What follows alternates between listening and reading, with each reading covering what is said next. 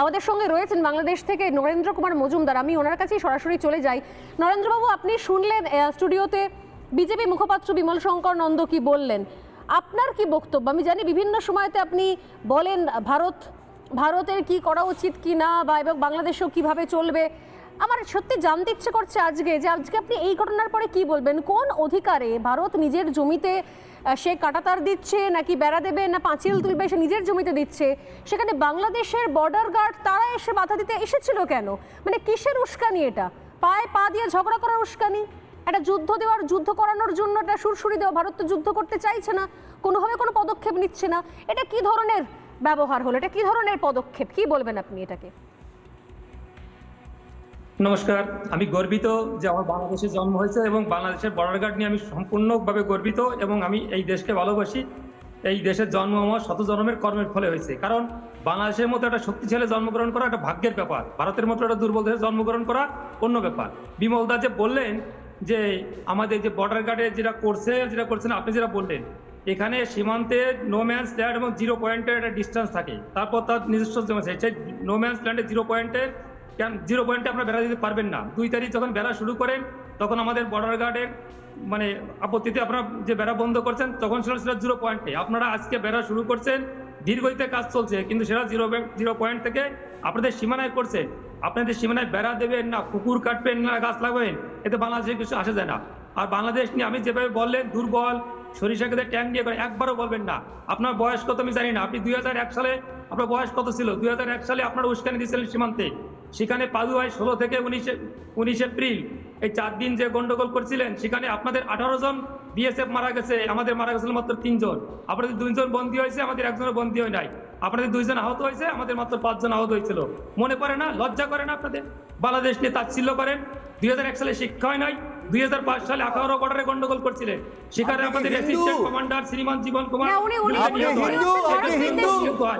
একজন হিন্দু, আমার সন্দেহ আছে আপনি নাম বাড়িয়ে বসেছেন। বাংলাদেশে কত বড় কারণে আমরা কি নাই? বিমল বাবু যে বললেন 2001 থেকে 2005 পেছন থেকে বিবেকানন্দ দেখেন 2001-এ যাওয়ার দরকার নেই। আমরা 1971 সাল থেকে ঘুরে এসেছি, 1946-71 সাল থেকে ঘুরে এসেছি। 2001-এ আলাদা করে যাওয়ার দরকার নেই। আর আমি শুনছি যে আপনারা এখনো বলছেন 4 দিনে কলকাতা দখল করবেন।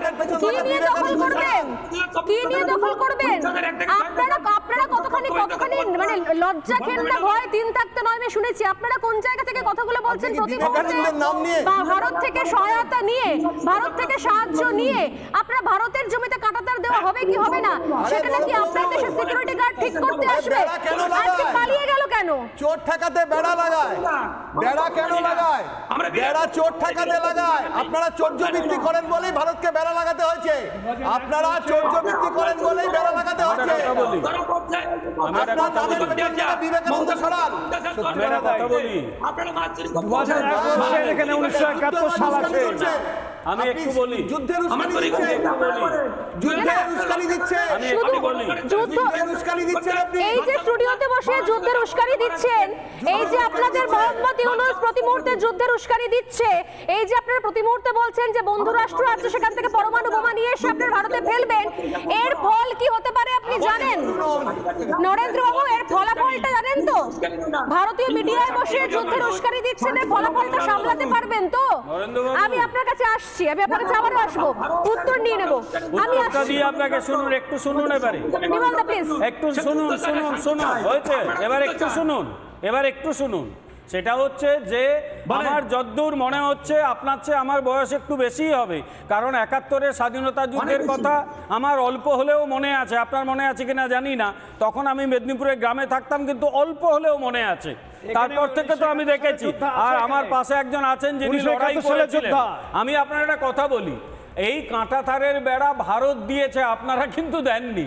আমরা দিয়েছি নিজের হাজার হাজার কোটি টাকা খরচ করে, কারণ ওপার থেকে অনুপ্রবেশ এসে এপারে জনসংখ্যাগত চরিত্রটা বদলে দিয়েছে।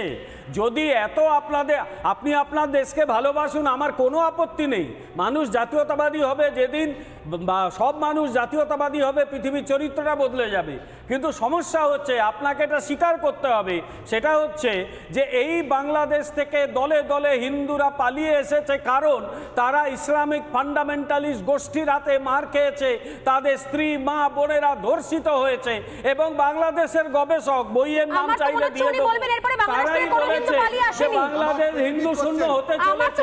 আমি জানি না যে এই বইগুলো আপনারা পড়েন কিনা, আপনারা পড়ুন, পড়লে অন্তত বুঝতে পারবেন না নিজের সম্প্রদায়ের মানুষের পাশে একটু দাঁড়ান, হিন্দুদের পাশে দাঁড়ান একটু। নানা ধরনের কন্টেন্ট দেখার জন্য লাইক করুন, শেয়ার করুন আমাদের ফেসবুক পেজ, সাবস্ক্রাইব করুন আমাদের ইউটিউব চ্যানেল। পাশাপাশি অন্যান্য ব্রেকিং নিউজের জন্য অবশ্যই চোখ রাখুন রিপাবলিক বাংলায়।